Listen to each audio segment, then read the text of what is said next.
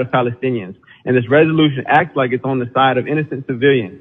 So in that case, I'd like to ask, are you considering a resolution condemning Israel for using white phosphorus against the civilian population? Are you considering condemning Israel for its planned war crime of forced removal of 1 million Palestinians from northern Gaza? Are you going to condemn them for cutting off food, water, and electricity to Gaza, another war crime called collective punishment? Did it ever cross your mind to condemn Israel when they assassinated Palestinian journalist Shireen Abu Akleh in broad daylight, or when they brutalized the people carrying her coffin peacefully, or when Israeli snipers killed innocent peaceful protesters throughout the March of Return? Did the people in office before you ever consider condemning Israel at any point? Since its inception, when it crammed a country full of people into a 60-mile corner of their own country, creating the largest concentration camp in history, the largest open-air prison in the world?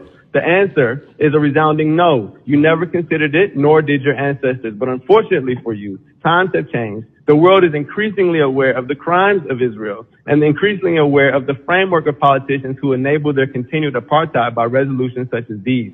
And in a city like Chicago, with majority black and brown people who have experienced the apartheid-like conditions of oppression in the United States, a generation of young people have emerged who understand immediately that we have everything in common with the Palestinian people and nothing in common with the brutal Zionists under who they suffer. A generation of people who are not surprised when we find out that our politicians, up to our president, spread lies about 40 babies being beheaded in order to rationalize genocide. We're only surprised that they're forced to walk those lies back. But of course, the damage is done. People are still spewing the debunked lies about rape and massacre of babies, even here in this very meeting, when actually there is endless evidence of Israel having killed over 500 babies in the last 48 hours alone, having dropped more bombs in 24 hours than the U.S. dropped on Afghanistan in 1 year. And finally, let it be known that condemning the attack as the actions of some fringe group misses the point of what's going on. The attacks were carried out by a broad coalition of groups from every section of Palestinian society, not just Hamas,